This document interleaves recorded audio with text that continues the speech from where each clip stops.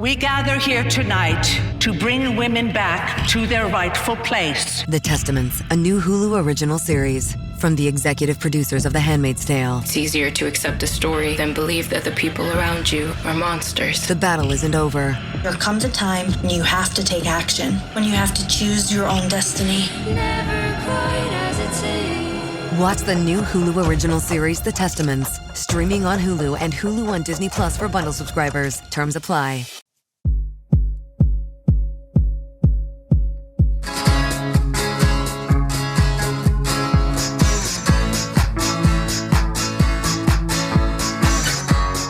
Hey, Holly. Ahoy there, Dave. Well, ahoy there, matey. What's going on today on the What Difference Does It Make podcast? I'm so stoked for our guest today, Steve Spears, who has just made his return from this year's 80s cruise. And he has a new book. So we get to talk about all of it. Steve Spears has a podcast. It's called Stuck in the 80s, a very good podcast that he does with Brad Williams. And Steve has turned a podcast into a book. The book is called Stuck in the 80s, 20 Years of Conversations with Pop Culture Icons Who Defined a Decade. How about that? That's inspirational, isn't it?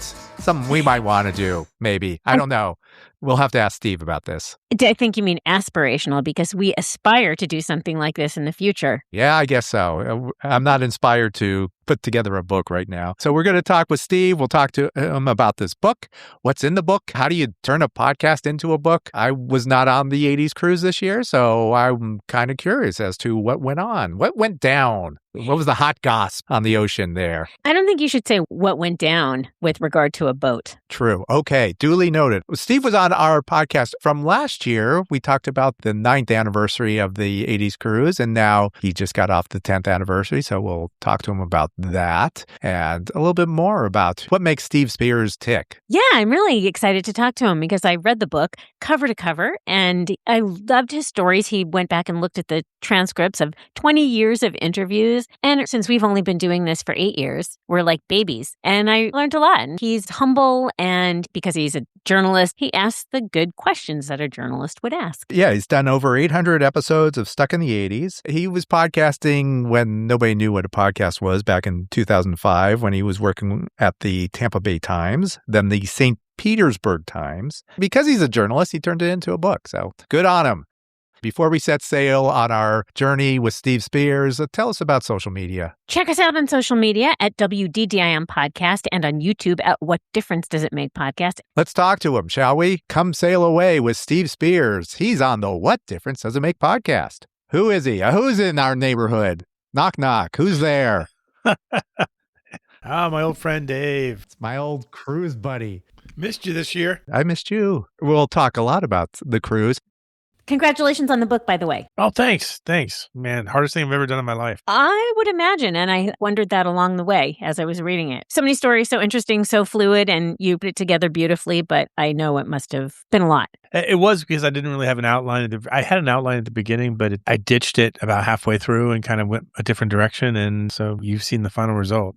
Talk about the Stuck in the 80s podcast, and it sounds like when you started the podcast, you had no idea what you were doing. Was it the same idea with this book? What am I doing? Yeah, How am I going to organize this? That's a great comparison. I never thought of it that way. When we started the podcast in 2005, nobody knew what a podcast was. I mean, we didn't know what a podcast was. The whole point of doing it was to learn. The job was to do 5 or 6 of these episodes, and by then we'll have it down and we'll move on with our lives. That was 776 episodes ago. So the book felt the same way. When I started it, I just had this idea. I was just going to put a big transcript online. I'm just going to find my favorite transcripts and put them up there, and I'll be done with it. And then I realized when I was reading it, it was so much more to it. There were things I was learning when I reread it, when I reread the interviews that didn't occur to me at the time, like thoughts and feelings and impressions that guests left me. That's when I pivoted and said, I got to put the context to these interviews in there. And I got to put in there something a little bit about how they've changed who I am 20 years later. So you started with an interview. It was Andy Wickett, right? That was the first one you put in the book, but was that the first interview you did for the podcast? Andy was the first interview we ever did. And we honestly thought he'd be the only interview we'd ever do. First of all, tell us, who is Andy Wickett? Andy Wickett was the very first singer of Duran Duran before Simon joined the band. And circa 2005, when we were doing the podcast, it never occurred to us that we should have guests and ask them questions. But his person reached out to us and said, hey, I rep Andy Wickett. He used to be the singer of Duran Duran. He's co-writer of Girls on Film. Maybe you'd like to talk to him. And we thought, oh my God, a real live celebrity on this podcast that nobody listens to. That just seems so ridiculous. And so when I started the book, I'm like, I got to start with Andy Wickett just because I don't think people understand. I mean, I was physically ill the night before that, just gasping for air with anxiety over having to interview someone who today, you ask the question yourself, Dave, who's Andy Wickett? But at the time, it seemed like the world to me. And that's, you build it with these small little stones and you see where you go. But it took me years to get past the anxiety of, picking up the phone and having one of your heroes on the other side of the line.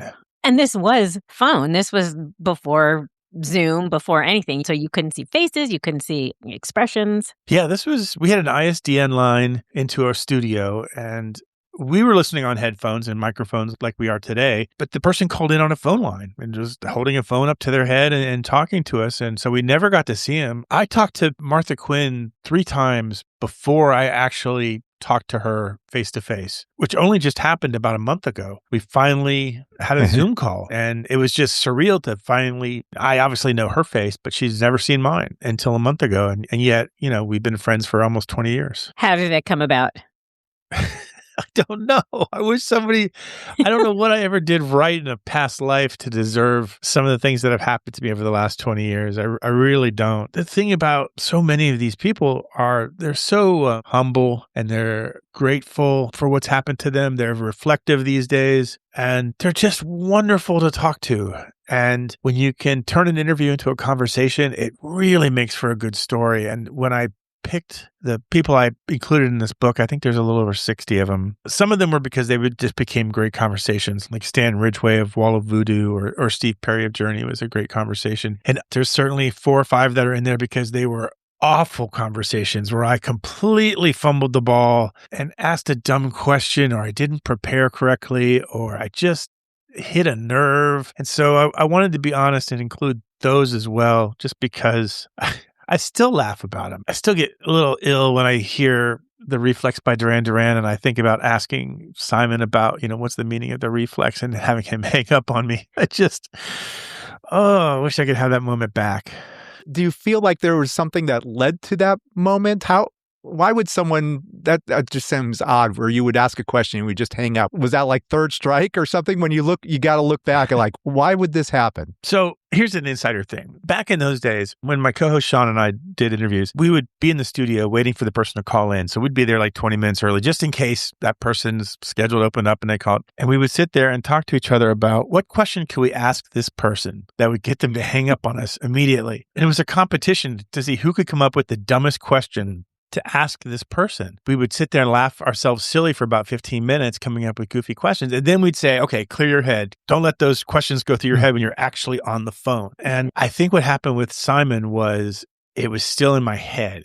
And the idea of asking what a song is about to someone who never talks about what his songs are about. It was a slip up on my part. I should have prepared better. I should have known that he didn't talk about those things. In my defense, I mean, there are rock stars out there who are a little bit more aloof than others, if I can use that word. And Simon is one of those people who, brilliant singer, love his songs, Duran Duran, cornerstone of the 80s, but he's a tough interview. He just is, because you never feel like you've got his total attention. And the one moment you don't want to catch his attention is when you have a weak question. And I had a weak question. He didn't so much slam the phone down on me as he said, "Oh, I've never heard that one before, Steve. Well, I'm out of time. Click."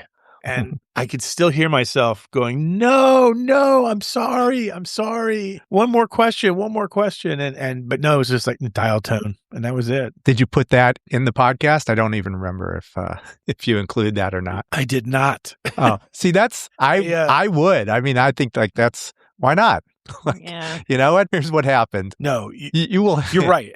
Yeah. You're right. I should have put it in there. This was 14 years ago. And a lot of the interviews we did in the early days were group interviews. So I'd be on there with another writer and we'd be doing it together. This is one of the first interviews I did solo and certainly the biggest name I'd ever interviewed to that time. And I think I was so disappointed in myself that I just couldn't bring myself to put it in the final show. And so I cut it out, but I remembered it. I remember it like I can hear his voice today. Yeah. So I thought when I write the book, I'm going to put it in there. Do you find that you get over it faster now if something like that were to happen? I'm sure you make fewer mistakes now, but do you get over it quicker? Yeah. What happens now a lot is I'll ask a question and they won't answer the question. They'll just kind of go off on you hit a keyword for them. Right. Yeah. And oh, he said New York. He wants to hear a story about New York. So I'm going to just tell Steve a random story about New York. I'm not going to answer his question, but I'm just going to talk about New York. I get that happening a lot. And you're on the clock, that sometimes you've only got 20 minutes. I think with Simon, I only had 10 minutes. So you just want to be quick. You want to ask smart questions, but short questions and let that person do the talking. So it happens every once in a while. It's been a while since I really stepped in it badly, but just give it to me back. You also, the way you portrayed it in the book, as a reader, you seem to take it harder. I take everything hard. I'm like my own worst enemy with the podcast. I don't like listening to my own voice. When I recorded the Steve Perry podcast, I think I recorded it and I didn't edit it for like 2 months because I didn't want to hear my voice. I wanted to hear Steve talk. Steve Perry, not Steve Spears. And so I sat on that thing forever. Just the idea of editing it was just horrible to me. And but I finally got it done. I'm my own worst critic. Well, regarding Steve Perry, you portrayed it beautifully in the book about how he doesn't really do this and how you got it and how you felt about it. It was really nice to read. That was easily the toughest interview I've ever acquired because he hadn't done an interview in 10 or 12 years, but he had a fan club that he kind of loosely worked with. And so I remember going to the fan club's website and just crawling in for every email address I could find and sending out 30 or 40 emails saying who I was and what I wanted to talk to Steve about. And I finally, after a few weeks of doing that, hit the right person. And she wrote me back and said, yeah, I can make that happen. Steve wants to talk to you. And I don't know that I was able to sit down for an hour after I heard that because it was validation that, sometimes, even the most impossible task is within reach if you just try hard enough. And I think that was one of those moments for me. And then he ended up being the nicest guy. I think we talked for an hour. I think I trimmed it down to 40 minutes for the podcast. There was a lot of stuff where it was just he and I just talking like two people. I have the full unedited version of my talk with Steve, and I've held on to it. I think I maybe shared it with 2 people ever. But the fact that he was willing to share with me his doubts about making new music, the fact that he talked about his old girlfriend, Sherry Swafford, and how hard it was to have a relationship when you're on the road. And I know it sounds cliche, but it just, coming from him, I felt so bad for him. And I just wanted to help. I couldn't believe I was in a position to sort of saying, I want to reach down and help lift Steve Perry. Like I have any business doing that, but that's how he made me feel. And I hope that came across in the book. What's great with our interviews is that you kind of realize, oh yeah, they're people as well. We're just having a conversation. I mean, we try and make it like conversational when we're talking with everybody. I would like it to be fly on the wall, and I someone's just listening in on 2 people talking. Is that something like what you're trying to do? I think that most of the older musicians are open to that. They're at that point in their career where they're being more reflective. They'll talk about something like a song that they don't feel comfortable with anymore. Well, when I talked to Steve Kilby of The Church, and he talked about how much he disliked Unguarded Moment and Milky Way, I was stunned. I mean, for someone to show such honesty about how much he really hated 2 of his signature hits. But that's what you get when you talk to somebody who's been doing it for decades. That never fails to amaze me. And I find that it's more common with the British and Australian musicians than it is with the American ones. The American ones hold their cards closer to the vest still, but no, not with the British and the Australian. They really, if there's something that makes them uncomfortable about something they've done, they're not shy about sharing it. And it always catches me off guard, maybe less so today. They're just amazing people who have these great stories, and they're just so happy to share them. And I'm just happy to be the conduit. It's almost like the American artists have been trained for PR and are a little more guarded and, that kind of thing. I never really put a finger on it. Unless you're Simon Le Bon, I guess. Simon is in class of his own. I love the guy. I really wish every once in a while someone asks, if you have a second chance at an interview, who would it be? And would you want to redo the Huey Lewis one that you guys turned into a real fiasco? Or do you want another shot at Cyndi Lauper? No. Do I want to try to tackle Simon Le Bon again? Like, do I think he'd be any more open than he was then? If he would be willing to sit down for more than 10 minutes, yeah, I'd love to talk to him. That is tough. I'm very happy we have never had I guess that was probably a Simon Le Bon junket where he's going on to the next one after the other. Was that the occasion? Was that why that happened?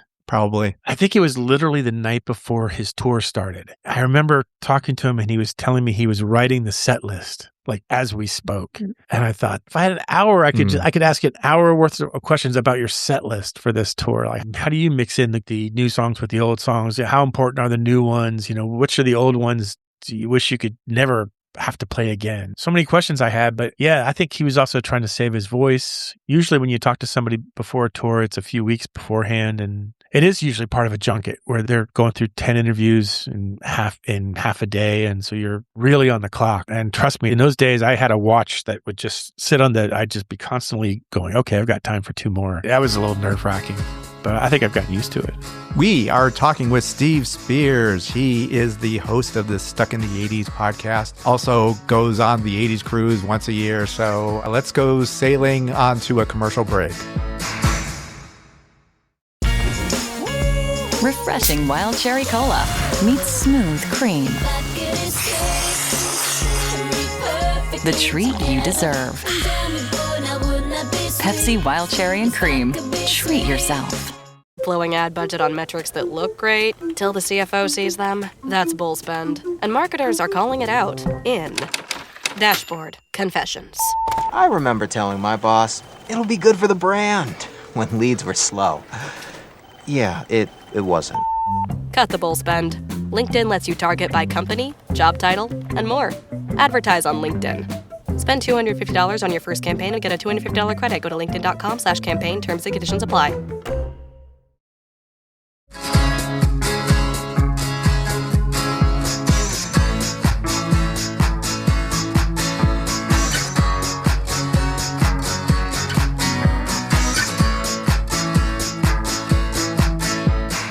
We're back on the What Difference Does It Make podcast with our guest, Steve Spears. So when you decided to write the book, did you already have interviews in your mind that jumped out at you without even looking at the transcripts? Steve Perry was always going to be the cornerstone just because for me, that was the breakthrough one that I felt like I did it solo. It was a hard one to get, and he was so open and forthcoming. He was always going to be the cornerstone. He was the first interview that I wrote up, but he was also the last one that I rewrote. Huey Lewis was always going to be in there because that's sort of an infamous one for us because we got him angry at us. Okay, and what was the situation? Why would Huey Lewis, sweet, affable Huey Lewis, he did not bring his power of love to your podcast? Is that what we can agree on? Let me make this clear. It is not Huey's fault, but this is maybe 2 years, 3 years into the podcast. And he was in Tampa Bay for a celebrity golf tournament, if I recall. And we had a chance to talk to him before he went out that day. So it was 9 a.m. was our interview. And right off the bat, I can tell you, never, ever try to take a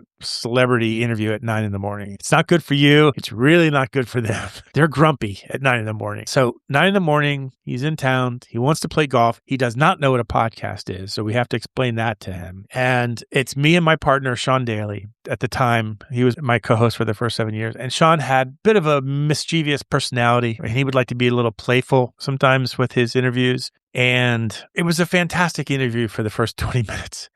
And then Sean asked a question. I think it was along the lines of, what's your favorite song to play? And he was like, that's a stupid question. That's a really stupid question. That's like asking me what the best painting in the world is.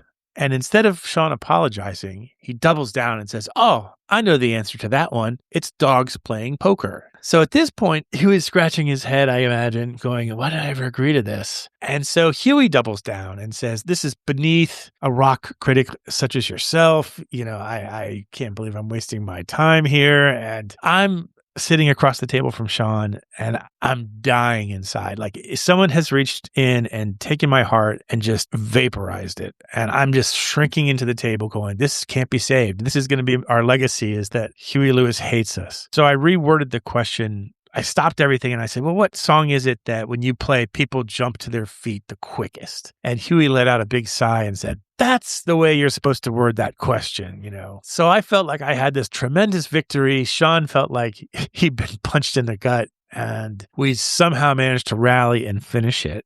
And people who've listened to the show for 20 years, they still ask about the Huey Lewis interview. Did you really feel like you were dying inside? Yes.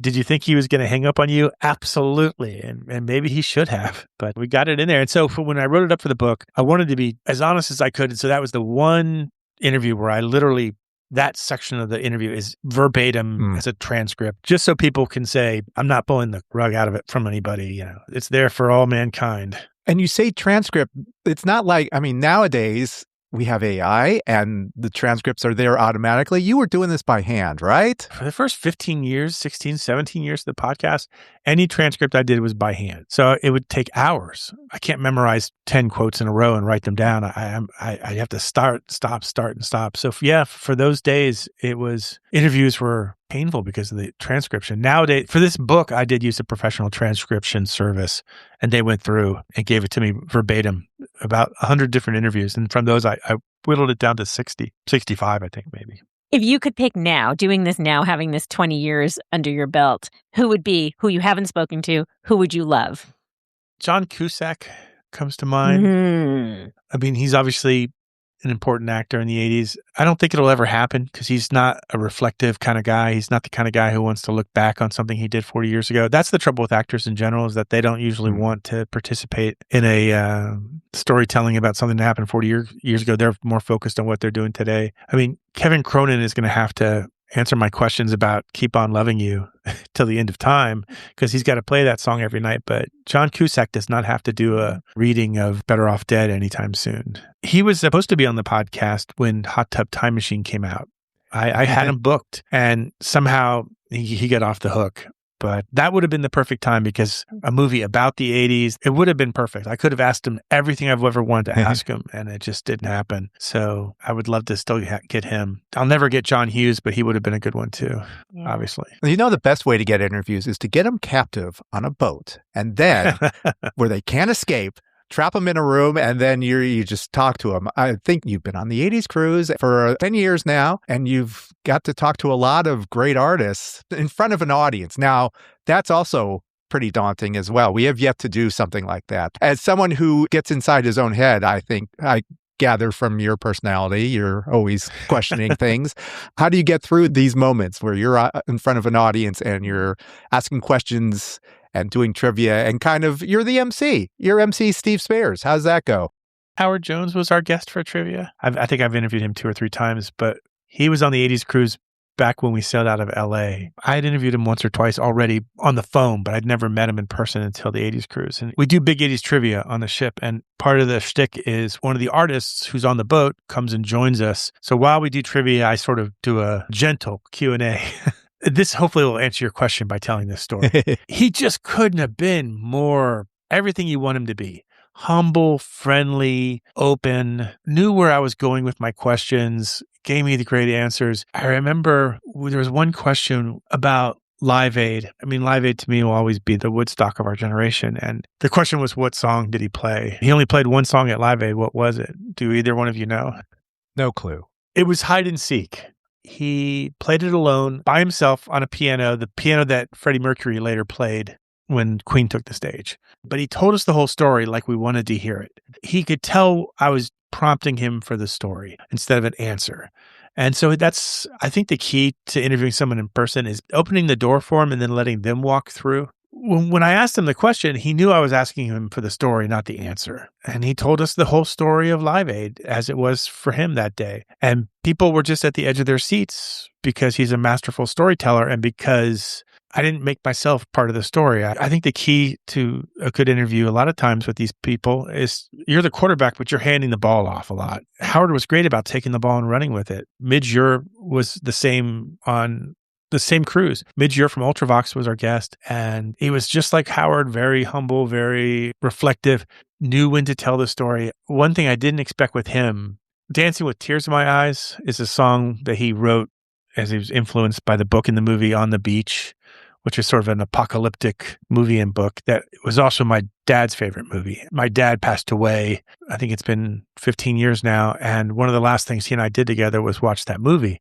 And I just learned right before Midge took the stage, someone had told me that, and I asked Midge about that, and he started talking about it, and I kind of lost it, to be honest. I got emotional but Midge was so great about it. He came to me afterwards and said, I I hope we honored the memory of your dad by telling that story. And, it means a lot to me that you asked me that. And he and I have chatted on and off ever since that happened. It was, as they say in Casablanca, the beginning of a beautiful friendship. But that's the key. It's tough interviewing people in person in front of 300 people. The last one I did was just a week ago with Taylor Dane. It was another situation where she had so many great stories to tell. When it was all over, we went backstage and she kissed me.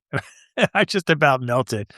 I still light up like a Christmas tree thinking about it. Sometimes it really pays off. Doing them in person. I mean, Debbie Gibson, it was in person, Rick Springfield. And then a lot of people on the cruise. That's the magic of the 80s cruise, is the chance for you to meet your heroes and to have a genuine conversation with them. And I have been so lucky to have been on every single voyage of the 80s cruise. And I'm going to be there again next year when we sail out of New Orleans. And this one was a little different. There was a show outside of the boat, right? In the Bahamas at the amphitheater. Yeah, they tried something different this year. They did something called Rock the Dock. They built an amphitheater right next to the cruise port in Nassau. And they had Donnie Iris, Billy Ocean, and Nile Rodgers perform back to back. And I think it was the second day of the cruise, third day of the cruise. And that was a first. And it makes sense because there's some artists who just don't like being on a cruise ship. They tend to get seasick, or they don't like being in confined spaces, even though I've never felt confined on a cruise ship. Or their schedule is just such that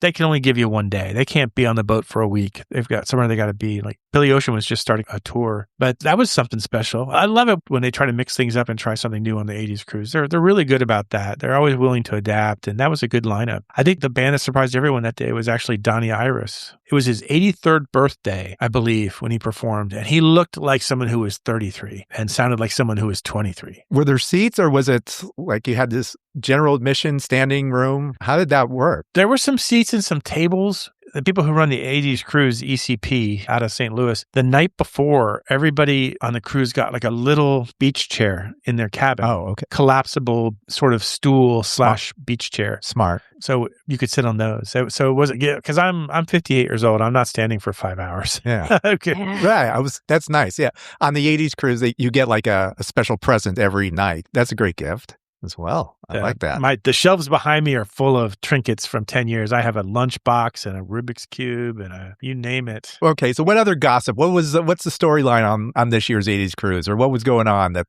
caught your attention besides getting smooched by one of your favorite artists?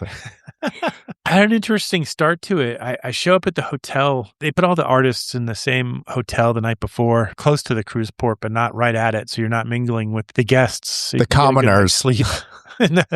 Just so you could get a good night's sleep, because the guests on the 80s cruise, they party hard, and you don't want to be anywhere near their hotel the night before the cruise, because that's a party that I'll stop by it for 10 minutes, but then I'm like, whoa, I've hit my limit.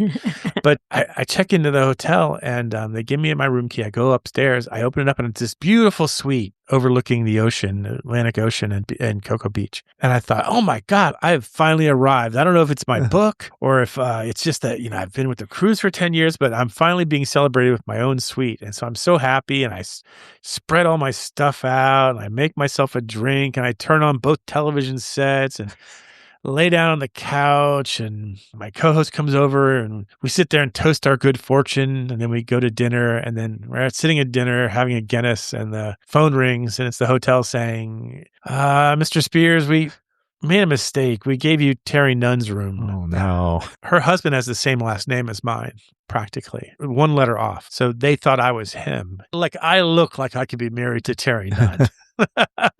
But you mind coming back and exchanging? So I had to go back there and pack up all my stuff and move to a normal room and go downstairs to the lounge where Terry was waiting and give her my key. Like, here you go, Terry. But she was in the book, so I left her a copy of the book on her bed. And then nice. When she was our guest for trivia, and she came out and she was sitting down there, and I admitted to the crowd, I said, I have a confession to make. I've been in Terry Nunn's bed this week. And everyone kind of exploded with laughter, and I told them the story. But what was the big gossip line? Bret Michaels was back for the second time, and when he plays, I mean, he's just so warm and kind to all his fans. He never leaves a meet and greet till he talks to everybody and signs every CD and takes every photo. So, I mean, obviously the ship was buzzing about that. I thought that was probably the biggest storyline. I was so happy that OMD was back on the ship and I got to see them a second time. So I've missed them so many times over the years. So to see them again perform in such a small venue, it's about 1,000 people, 1,200 people in the venue. That was just really special to me. It's always a special week and everybody takes something home a little differently. Like there's always some band that you discover and you go, you see their set and you instantly become like a super fan. And for a lot of people this year, that was probably Donny Iris. For me, it was Glass Tiger. They performed on the final night. I think that's what makes it special. You go there because you want to see Berlin or Bret Michaels, but you leave being in love with somebody new. And I think that's the magic of the cruise. You said Terry Nunn did trivia with you this year? Yeah, she did. And the fun part with that is when you have an artist doing that, you make about 4 or 5 of the questions about them. So you have, what famous sci-fi movie did Terry Nunn famously audition for but not get the job? Star Wars. Or what nighttime soap opera did she turn down a 7-year deal for so she could continue on with Berlin? It was Dallas. So you have some fun with them. And it's also your chance you get to spend 5 or 10 minutes with them backstage and just ask them anything you want or get a quick photo or just tell them how much they meant to you. That's what my takeaway is. But obviously that's a different one than most people have. Yeah. And now you had a book to push, and everyone's worst fear is like you have an event and no one shows up. But the 80s cruise, you got a captive audience. I'm just going to assume lines around the block or around the boat. How successful was your book signing? The whole book thing on the cruise thing, beyond my wildest imagination. The goal was to have the book done in time for the cruise. And there was 100 times where I gave up on that goal and just said, it's just not going to happen. I'm not feeling it. It's just not going to get done in time. We didn't finish editing the book until the first week of February. So we were 3 weeks away from the sailing date and we had just finally put the book to bed. We ordered 50 copies to bring on the ship because that's as many as I could carry because it was too late to send it automatically to the cruise line. I had to carry them on. So I had to bring half as many clothes so that I could carry 200 pounds of books. I got into the gift shop and I said, here they are. Here's the 50, just let me know how many I need to just on the last day, just tell me and I'll come get whatever's left over and bring them back. No worries. They opened the shop and I just wanted to go and see what it looked like. I was going to take a photo just for my scrapbook of my book on sale, and the line to get in was 45 minutes long. And so I'm like, okay, I'm not going to wait 45 minutes. I'll go another day. And then my phone lit up about 5 hours later, and they said we're sold out. Do you have any more copies with you? And I'm like, no, that's it. So 50 copies in 5 hours, and I was stunned. And it was nice to have people come up and ask me to sign it, and I was happy to do it. I didn't know what to say the first 20 times. Even when you're writing a book, you don't think, holy hell, one day someone's going to ask me to sign this and I'm going to have to do something other than write my name. Do you watch The Masked Singer? I have heard Alexi Lawless was on, right? Yeah, Alexi Lawless on The Masked Singer, who was saying everybody wants to rule the world on The Masked Singer, which is actually having a moment right now. I think Harry Styles has also did a cover of that song. You got Alexi Lawless, who's quite a unique personality. He's been a listener of the show forever, and we noticed that he had a Stuck in the 80s sticker on his work laptop that you would sometimes see when he's working at Fox. And so we had him. He's been on a couple of times as a co-host. In fact, he's going to come on here hopefully in the next few weeks to talk about the movie Victory, since it's one of the only soccer movies of the 80s. Yeah, so a good one. So it's a really good one. Yeah. And so I'm looking forward to that and talking about Pele and Michael Caine and Stallone and what his thoughts are about that movie.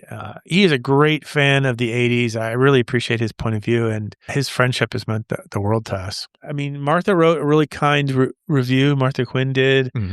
Mark Goodman, Larry the Duck. They were all very kind and generous with their time to look at it. I let them know where they were in the book, and they've just been so supportive over the years. It just boggles my mind. Every time I see them mention my name, like they know who I am. The 14-year-old version of me just doesn't know what the heck's going on half the time when I try to push this stuff through my brain. So we're talking now about 40 years ago. And then when someone in 40 years is going to go back and this is going to be 80 years, the stuff that we're passionate about, that we're listening to, it just, they talk about mind-boggling. It doesn't escape me the fact that if you reverse engineer this, and if it were the 1980s and we were being this nostalgic about the 1940s, it would seem surreal. And keep in mind, when we started this podcast, it had only been 20 years. Still seems like a long period of time, but for have something to only be 20 years old, now it's suddenly 40. Like, when did that happen? I have nieces and nephews, and I hope they take a turn and read this book, because I think there's some timeless qualities to it. I mean, I think for the three of us, I would think the 80s represent a moment when the pop culture was personal. The music, the movies, the videos, they were the language that we used to communicate with each other. I'd be curious to know what today's kids, teenagers, I wonder what their form of language is. I don't think it's the same. It's certainly not music videos. I think nostalgia is about discovering who you really are. And I hope people who read it who maybe didn't experience the 80s will find that it's sort of a time machine that they can use for their own means and discover their own past and come to terms with it. I think ultimately the podcast has always been my way of trying to come to terms with who I was and what I've become, and finding some peace with that. And, give me another 20 years and maybe I'll figure it out. So do you and Brad kind of, when you turn on the microphones, do you already have like a bunch of notes, or do you just kind of try and have a conversation about a particular topic? How does that work out? That's a good question. How we do that has evolved over the years, just because in the early days, I think we just kind of just winged it. We sat down and said, do you have a story about Pretty in Pink? Yeah, I have a story. Okay, good. I have one too. Let's do a show about Pretty in Pink. And we didn't so much worry about who wrote it, who directed it, how did it do at the box office, stuff like that. Nowadays, I try to sketch down some notes just to sort of fill in the blanks. So if somebody asks, what was the name of the guy who played Dustin in the other movie? And so you don't have these open-ended questions that you end up having to say, let's stop the show. I got to Google this. Yeah. So there are some notes, but I think what you're getting at, the core of it is still, what's your connection? We are going to talk about Pretty in Pink versus Some Kind of Wonderful tomorrow for a podcast. And my first question to Brad was, what are your stories? Do those movies reconnect any memories to you? Do you remember where you saw it? Did you see it with somebody? Did you buy the soundtrack? Was there a song that, reminds you of a relationship? Those are the questions that we ask before we do a show. Because if we're just regurgitating a Wikipedia page, I don't think we're doing anybody any favors. But if I have got a story, I know, I'm thinking of it right now. I can picture her in my head, the girl that everything about Pretty in Pink revolves around in my life is in my head right now. And I'll somehow try to convert that into audio tomorrow, and I will reconnect those memories again. And it'll feel like it's 1986 all over again. And it's a wonderful feeling to have for an hour when you're doing that. And I think that's the connection that I can't quite quit. Yeah. And that's why people like your podcast. I mean, you're not regurgitating facts. When you share a story about a relationship you had, we're also thinking about, oh my God, I can't believe I saw that with this girl, and this happened and we went here afterwards. And it's like paying it forward in a way. Suddenly they're thinking of it. That's what makes those episodes so wonderful. It's Some Kind of Wonderful is what I would call these episodes. Oh, we're going to have to figure that out tomorrow, like which movie is better, and that's going to be a battle because they're so similar, but is Some Kind of Wonderful the corrected version of Pretty in Pink? Is Molly Ringwald the problem with Pretty in Pink, or is she the solution? Does anybody like that prom dress of hers? I mean, we're gonna tackle the toughest questions tomorrow. Sure, we've tackled it in a while. I have a photo. I mean, it's not here. I would show it to you if it were handy. I took a photo of myself in college. My roommate took it, and I sent it to the girlfriend I had at the time, the one that I associate with Pretty in Pink. And when we broke up, she mailed it back to me. And I held on to that photo for 40 years. And so every time I see that photo, I think about Pretty in Pink and I think about that girl.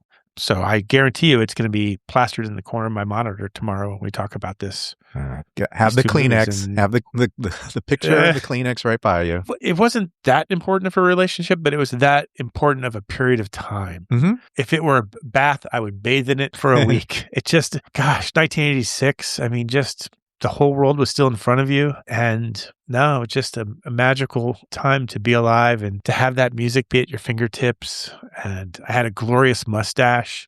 Sure did. Really nice hair. Those pictures were insane. Some of those, I mean, they're wonderful, but it's just like, look at that mustache. My God. Yeah. That was cool back then. So good.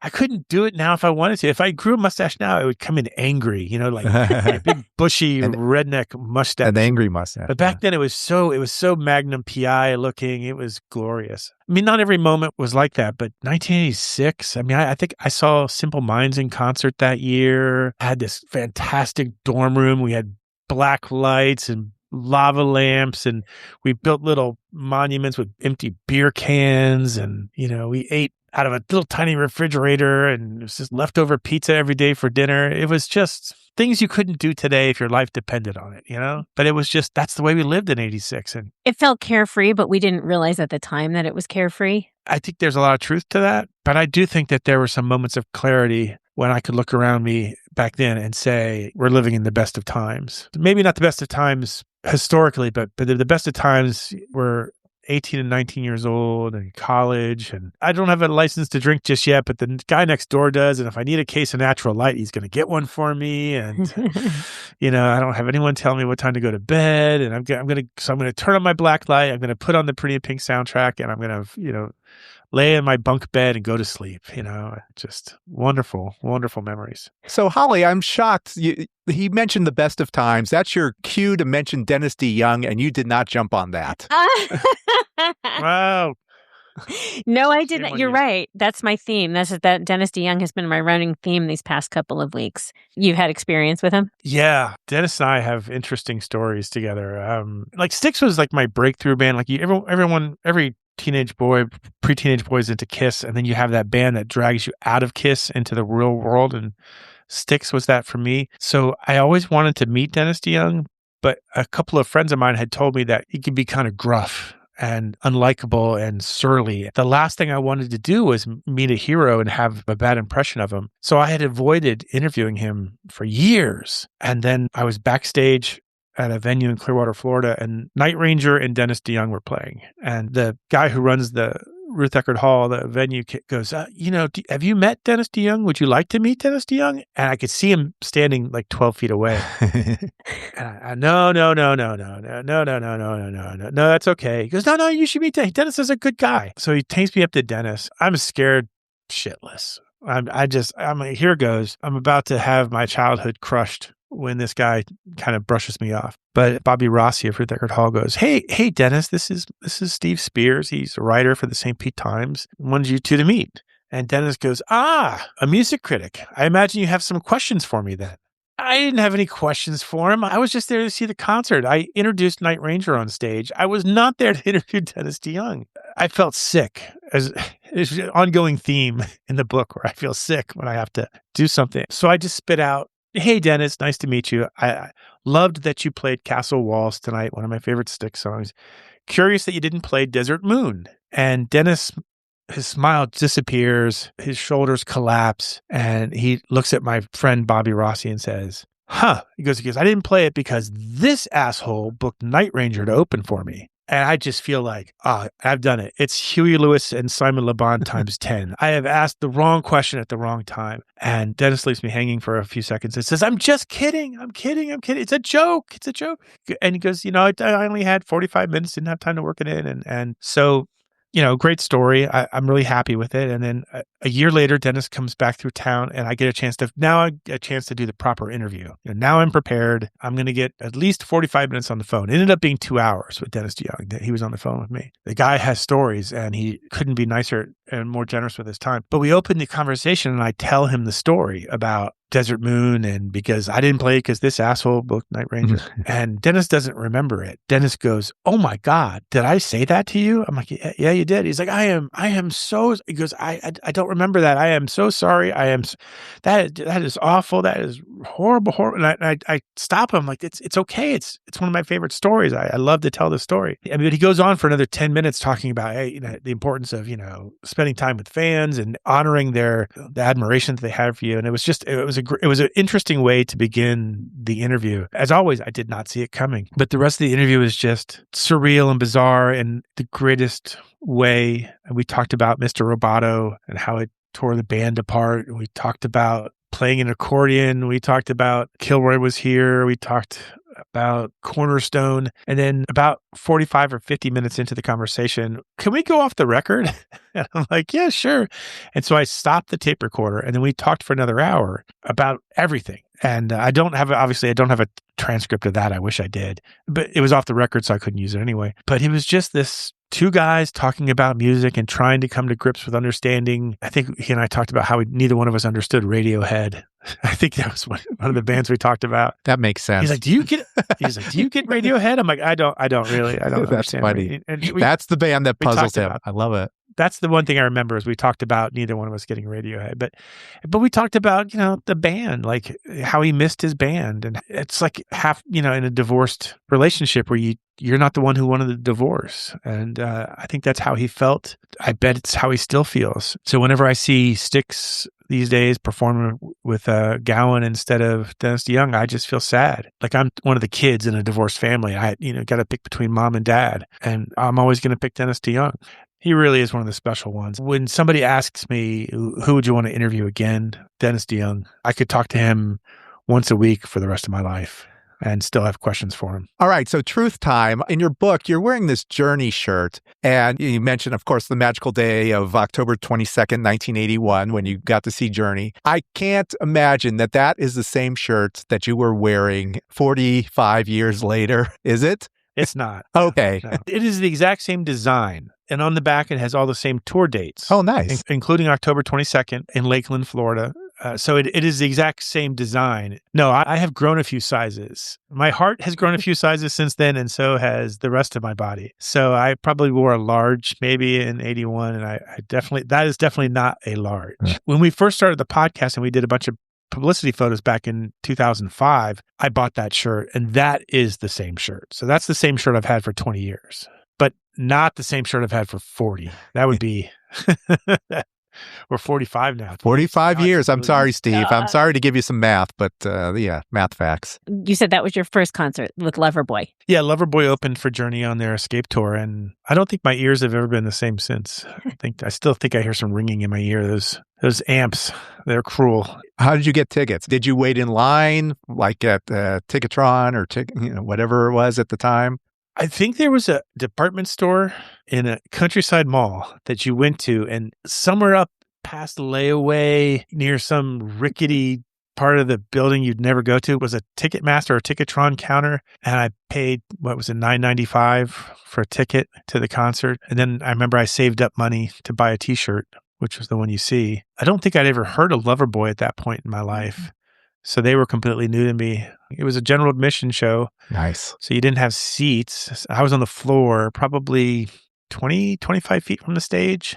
It was something else. I mean, it stays with me. I mean, obviously, if you read the book all the way to the end, you know that arena makes a return appearance at the end. And if there's anything that gets me more emotional than some of the moments in the book, it's the realization when I was standing next to the arena again, 45 years later, and not recognizing it at first, kind of like not recognizing an old girlfriend at first. And that's when the book kind of, I knew it was almost ready to be done. I would think with a podcast, like, I need an ending. How am I going to end it? And I guess it just kind of happened and fell into your lap. It was not planned. I did not plan to be in Lakeland that day. We were going to a Christopher Cross concert. Oh, that's so rock and roll. 80s cruise, man. That was last year. Yeah, he was on the. Yeah, he's great. Yeah, great guitarist. He and Colin Hay and Toto were playing, and we didn't want to make the whole drive home, so we stopped halfway in Lakeland, and that's nice. We found a hotel, and it was very moving. And the way I wrote that ending came together in a flash once that happened to me, and I still think about it every time. I pass Lakeland every time I drive home to see my family in Tampa Bay, and every time I pass the exit for that venue, it's emotional. That's the running theme in the book, that venue. It's funny because almost in a way, the venues play as much of a role in the book as the bands do. The Lakeland Civic Center is one. Ruth Eckerd Hall is the other. So much of Stuck in the 80s took place at Ruth Eckerd Hall. And I just emailed my contact there this morning and told her, hey, I included a thank you in the book to you personally and everyone who works there for the role you played in the success of the podcast. So she had already bought a copy of the book, so she knew about it. So that was nice. Here we go. Tell us all about this book. Where can one get one? And what about this podcast? I hear you have a podcast. Can you tell us about it? And talk about Brad Williams a little bit, would you? Come on, man. It's all Steve Spears. Steve. It's no fun unless we talk about Brad. Brad has been such an amazing... My co-host has been one of my best friends for the last 12, 13 years. We were so lucky to spend a week alone with 3,000 other people on the cruise this week. But our wives weren't with us. So we basically had a chance to be two goofballs for a week and do what we wanted to do. And that was wonderful. He has been a true partner for the last 13 years of the podcast, and can't thank him enough, because I think if he hadn't come around, it would have ended 12 or 13 years ago. You can find the podcast still has a home at sit80s.com, and it's still on Spotify, iHeartRadio. I didn't realize our number one place where people listen to it is iHeartRadio. I had no idea. I always thought it was Apple's podcast, but it's not. Well, in the book itself, it just went on sale on Amazon, and also get it on barnesandnoble.com and Walmart. I always have to look down at the name of the title because it's so long. It's Stuck in the 80s, 20 years of conversations with pop culture icons who defined a decade. Rolls off the tongue. Yeah, you take a deep breath and then spit it all out. It's long for social media. I think we designed it with SEO in mind. It was an amazing project to do. It took a little over 2 years, close to 3 years to do it. I had some great partners along with me the way. My wife was constantly not letting me off the hook. So many times I wanted to quit writing it, and I couldn't see the forest through the trees, or the trees through the forest, but she just kept pushing me. It's like, just keep walking and you'll find it. And that's kind of how it worked out. But Tammy Dever, who designed the book, she had a real passion for it, and she was just not going to let me miss the deadline. She wanted me to have it with her on the cruise. And when the book sold out, she was the first person I texted. Well, my wife was the first person I texted, but Tammy was the second. And I just said, we did it. You know, the book that you built for me, it's a success. So despite the tears, I'm telling you, I'm happy. just like Steve Perry tried to convince me he was happy. Still not convinced. We recognize your happy tears. And with regard to the book and the way the book looks, it is designed beautifully. I love the separations of the sections with the wave. What do you call it? Yeah, wave The file. play button. The little wave play bar. button. Wave. Yeah, Not everybody got that. I told Steve, I kept pushing the button like, okay, is there going to be music? Is there this PDF? You could do that. I also love that both you and Brad have supportive wives, yet this year they decide, you know what, 80s cruise, I've had enough. No, thank you. I'm out. You're on your own. Yeah, you guys have a good time. We're done. You've been on it, Dave. It's a commitment. It is. You gotta, I mean, you have to be ready for Freddie. It's a 24-hour party for 7 straight days. I don't think my cardiologist would approve of everything I did. Got to live the dream.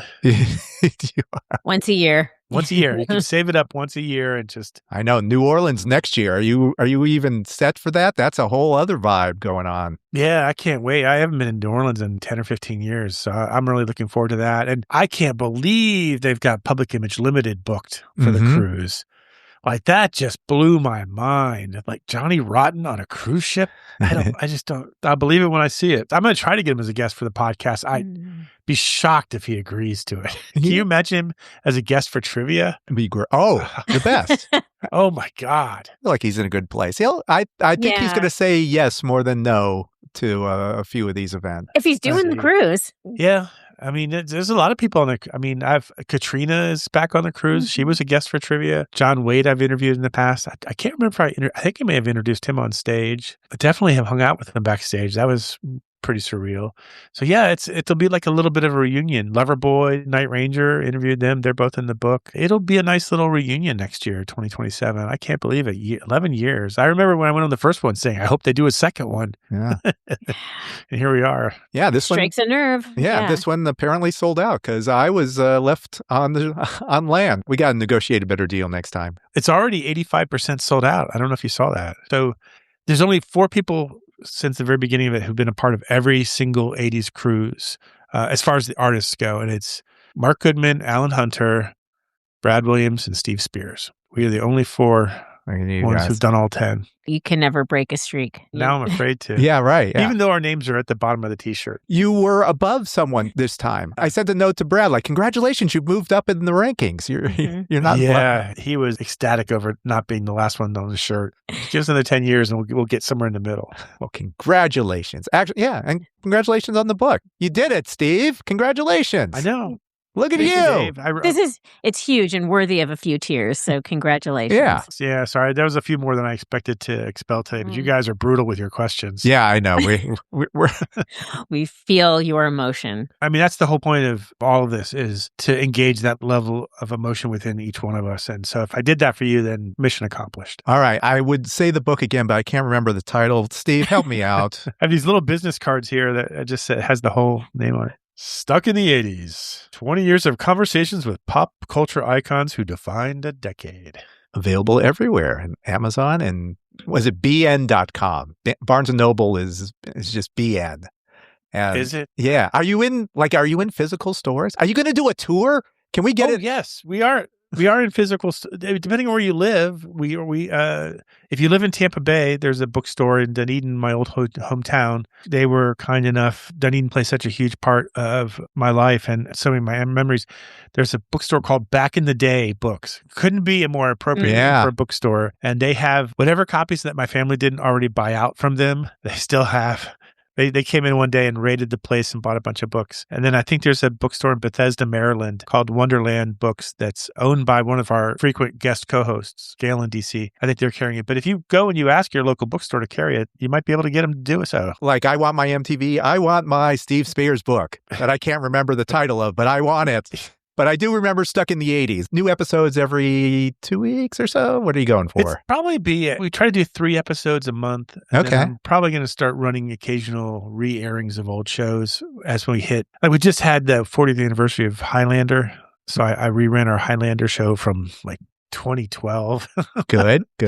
So I'll do that from time to time because those are some great shows and they're always fun to listen to again. But about 3 shows a month, maybe more. Hopefully get some good guests coming up soon. A lot of these people that'll be on the next cruise will be on the podcast here in the next year. So that'll be fun too. That's great. Yeah. Next time you have like a battle of movies or TV shows or something, you can invite us. We'll be happy to help you along. I'd love to have you guys. If you guys can spare the time, I would love to have you on the show. No making me cry though. That's going to be the rule. Thank you, Steve. I loved seeing you. I wish I could have seen you on the water, but maybe sometime. We'll see. Our paths will cross again. Yeah, I'm sure they will. Thanks for your time. This has been a blast, guys, and just a joy to talk to you guys today. Talk to you soon. All right, take care. Bye-bye. All right, Holly, inspired to do one of these books? I'm getting there, can we say? Maybe when we hit 20 years, like Steve, I'll be ready.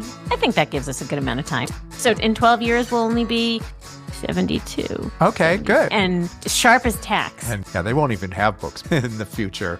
Well, okay, so, we've learned that. Okay, so we're never going to be able to do what Steve has accomplished. Fortunately, he had people pushing him, and it was great. He got it out. Good on him. Mad respect. We continue to do our What Difference Does It Make podcast. That's what we know how to do, and we do that every week. So hopefully you have subscribed. If this is your first time, then, great. Come on aboard our What Difference Does It Make podcast. We set sail every Friday, and you can subscribe on all of your favorite podcast platforms.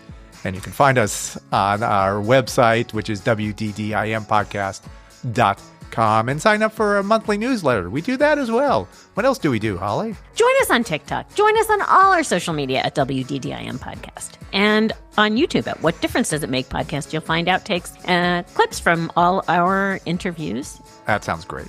We've got to go. We've got to disembark at this port. Nicely placed. All right. Well, aloha as we wrap up this episode and start up on the next one because new episodes every Friday. So we'd love to have you aboard. You know what? Let's thank people. Thanks, Steve. Thank you very much, Steve Spears. I met him last year. It couldn't be more warm. And then he reached out to me to tell me about this book. He was talking about the book last year that was going to come together. It did. And he reached out to me and of course, we got to have you on here. So I'm so happy that Steve was here. So thank you, Steve, for joining us. Right now, we're wrapping this up. So let's end it and disembark, as you say, Holly. Until next week, this is Dave. This is Holly. Check you later. Over and out.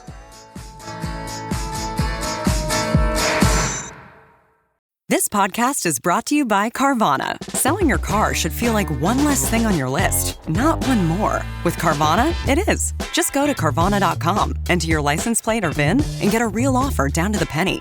No back and forth, no surprises, just an experience you can trust. Like your offer? Accept it. Schedule pickup, and we'll come to you with a check in hand. Your car, your timeline, your terms. Visit Carvana.com to sell your car today. Carvana. Pickup fees may apply.